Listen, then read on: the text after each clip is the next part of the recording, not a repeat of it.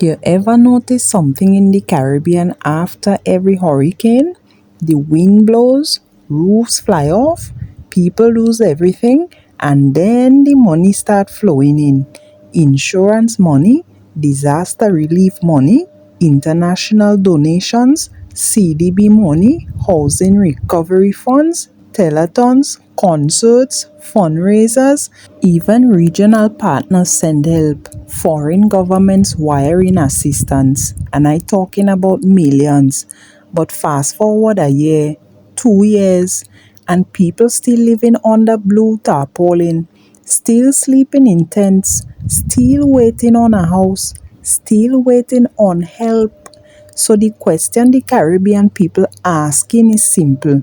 Where is the money? Not in anger, in confusion, because the math is not mathing.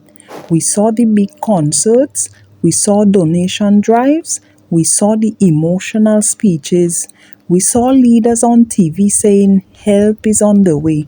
But today, families still bathing outside, children still doing homework in temporary shelters, elderly still waiting for promised housing.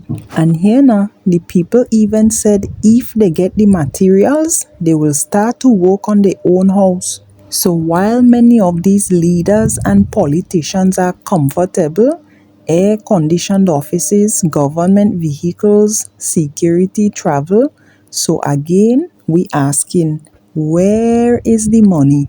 Many parts of Jamaica still in shambles after Hurricane Melissa, and when it comes to St. Vincent, the people in the Grenadines, especially Union Island, they still waiting to go back home, still displaced. And here now, this is not just Jamaica, this is not just St. Vincent, this is a Caribbean pattern. Every disaster brings millions of dollars, but recovery on the ground moving like molasses. People don't see the transparency. People don't see the accounting. People don't see the breakdown. They just see suffering still there. And that is why people frustrated. You hear about CDB funds, you're hearing about housing allocations, you hear about grants, you hear about rebuilding programs, but nobody ever comes back to the public and says, this is how much we received, this is how much we spent, this is who got houses, this is what remains. Why is it so hard? So if everything above board, show the numbers, because when regular people handle money and can't explain it, they're in trouble. But when politicians can't explain money, it becomes complex, administrative, ongoing process. In Jamaica, they voted back for the same government when they had elections. But in Vinci, the government changed and the new one just finding the receipt books and realize millions of dollars missing. I don't think Jamaicans have any receipt book to see until the government change over there. And here now, people not asking for miracles. People asking for accountability, because disaster money is not political money. It is suffering people money. It is roofless mother money. It is homeless father money. It is children sleeping under plastic money.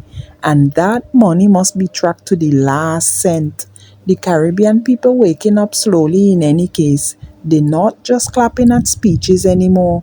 They asking how much came in, where it went, who benefited, why people still waiting, and leaders across the region need to start answering up, not with long speeches, but with numbers, with reports, with transparency, and especially with laws that hold them accountable. People tired of tarpaulin life, tired of hearing soon come, tired of watching comfort at the top while hardship stays at the bottom. So this is not an attack. This is a Caribbean question. From Jamaica to Vinci to everywhere storms have passed. Where is the money? And when will the people finally see it working for them?